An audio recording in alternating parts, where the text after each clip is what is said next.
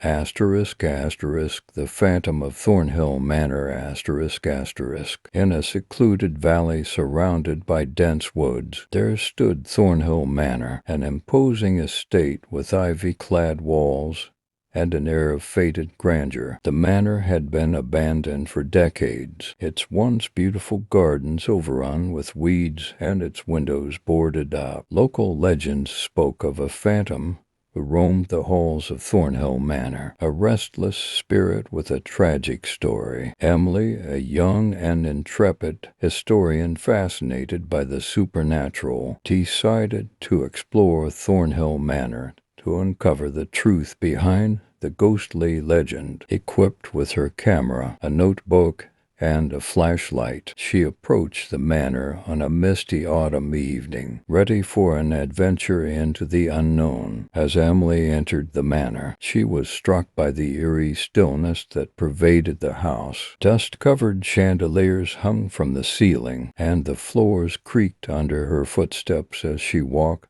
through the grand, empty rooms. The dim light from her flashlight cast long shadows on the walls, creating an atmosphere of quiet melancholy. In the library, Emily found an old, leather-bound journal lying on a desk covered in cobwebs. The journal belonged to a woman named Margaret Thornhill, the last member of the Thornhill family. Emily opened the journal and began to read, discovering the tragic tale of Margaret's life. Margaret had been a kind and gentle woman, beloved by her community. She had been engaged to a man named Richard, and they had planned a future together. However, their happiness was shattered when Richard mysteriously disappeared just before their wedding. Despite an extensive search, Richard was never found, and Margaret was left heartbroken. One entry in the journal revealed Margaret's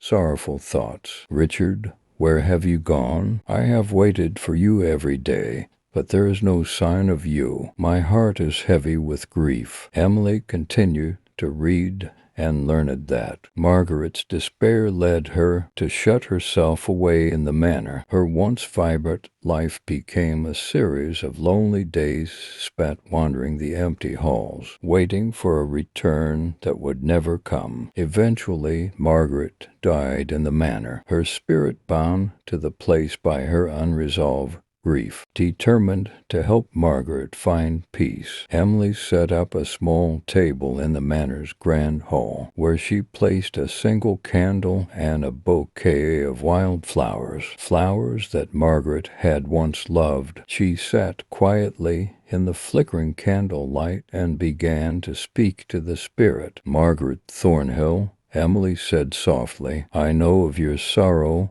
and your longing for Richard. I have come to listen to your story and to help you find peace." As Emily spoke, the room grew colder, and she felt a gentle breeze. The shadows on the walls seemed to move, and a soft, sorrowful wail echoed through the empty hall. Then a figure began to take shape in the dim light, a ghostly woman in a flowing gown, her face marked by sadness. "Thank you for hearing me," Margaret's spirit said in a voice like a distant whisper. "I have waited so long, hoping for a sign that Richard is still out there." Emily took out a letter she had written, a message to Richard from Margaret, which she had found in the journal. She read the letter aloud, expressing Margaret's undying love and her hope for his return. "Richard, though you are gone, my love for you endures. I have lived my life in waiting,